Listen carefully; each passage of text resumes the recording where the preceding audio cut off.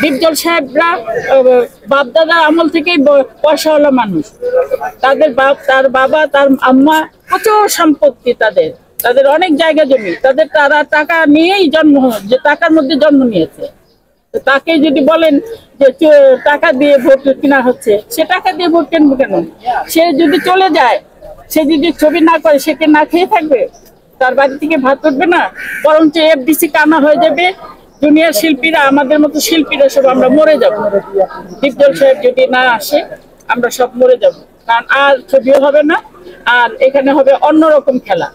আবার এখানে আরেকটা অভিযোগ উঠেছে যে নিপুণতার প্যানেল যারা শিল্পী না তাদেরকে তালিকাভুক্ত করছে। হ্যাঁ, শিল্পী না, কে শিল্পী না? আমি আমার দুইটা বোনকে নিয়ে আসছিলাম, আমি আমার সঙ্গে ওই শিল্পী, ওরাও জুনিয়র শিল্পী, ওরা আমাদের প্যানেলে কেন আসছে এটাই অপরাধ। এই জন্য তাদেরকে বাতিল দেওয়া হয়েছে। এটা শিল্পী সমিতি নাকি বাতিল সমিতি?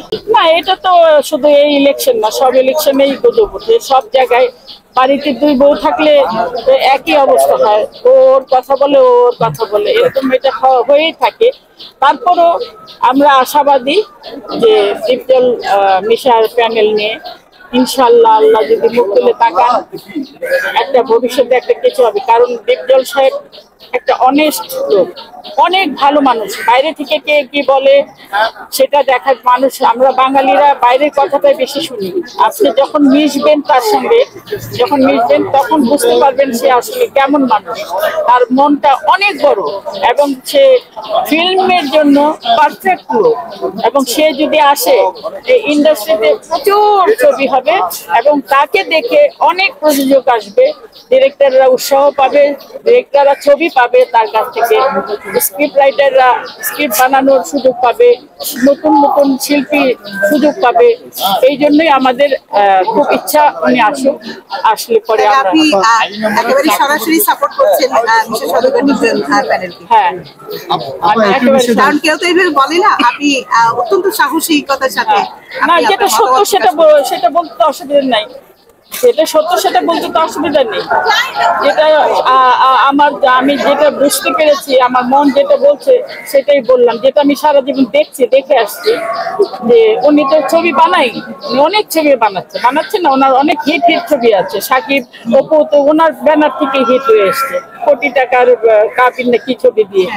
তো সে তো একজন ফিল্ম মেকার, একজন ডিরেক্টর, একজন আর্টিস্ট, একজন হিরো, একজন বড় মনের মানুষ দীপজল সাহেব। তার জন্য আমরা এই আজানের সময় আল্লাহ পাকের কাছে দোয়া করি, আল্লাহ পাক যেন এই প্যানেলটাকে জয়যুক্ত করে এবং আমরা যেন মানুষের সামনে মান সম্মানটা রাখতে পারি। শেষ একটা কোশ্চেন, গতকাল কিন্তু নিপুণ একটা অভিযোগ করেছিল যে মিশের প্যানেল থেকে টাকা দেওয়া, সেটি আমরা দেখেছি নির্বাচন কমিশন বলেছে যে সেটি ভিত্তিহীন, যে কোনো প্রমাণ নাই। কিন্তু সে নিপুণ আক্তারে কিন্তু টাকা দিয়েছে, অডিও প্রকাশ হয়েছে, বিভিন্ন গণমাধ্যমে নিউজ হয়েছে। এটি নিয়ে আপনাদের মন্তব্য কি? ভাইয়া একটা কথা বলি, শুনি। এই যে শিল্পগুলি, ছোট ছোট শিল্পী যারা কাজ করে অনেক দূর থেকে আসে, এরা কিন্তু এই আমাদের সঙ্গে হয়তো একটা গানের মধ্যে থাকে না, হয়তো সিকোয়েন্সে থাকে। এরা এত দূরে দূরে বাসা, এদের আসা যাওয়ার খরচটা কে দেবে? এই যে ভোট দিতে আসবে, ভোট দিতে আসার জন্য তাদের একটা অ্যামাউন্ট দেওয়া হয়। সেটাকে যদি বলেন, আপনারা যদি মনে করেন টাকা দেওয়া হয়, টাকাই তো দেওয়া হয়।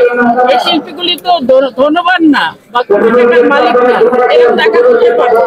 এদের কনভিন্স দেওয়া হয়, এদেরকে এটা খুশি করার জন্য কিছু অল্প টাকা। এই টাকা দেওয়া নেওয়ার তো কিছু, তারা তো প্রচুর টাকা খরচ করছে। তারা এত টাকা কোথায় পেল? হ্যাঁ, তাহলে আপনারা তো জানেনই, তারা তো প্রচুর টাকা খরচ করছে, অনেক টাকা খরচ করছে, অনেক কথা বলছে। ওনারা বহু কথা বলে ফেলেছে, যেটা আমরা এখন বলবো না, আমরা চুপ করে আছি। এত টাকা কোথায় পেলো, কেউ থেকে পেলো? আপনি যে দুজনের কথা বলছেন, তাদেরকে কিন্তু আবার নিপুণ একটা ফোন দিয়ে বিভিন্ন ধরনের থ্রেট দিয়েছে, হুমকি দিয়েছে টাকা দেওয়ার জন্য, বেবি এবং রিয়া। হ্যাঁ, রিয়াকে, হ্যাঁ, রাইট, বেবি আর রিয়াকে। ওরা যে আজকে আসতে পারলো না, দুইটা ভোট যে নষ্ট হলো, এটা কেন? এটা তো আপনারা তাকে জিজ্ঞেস করবেন।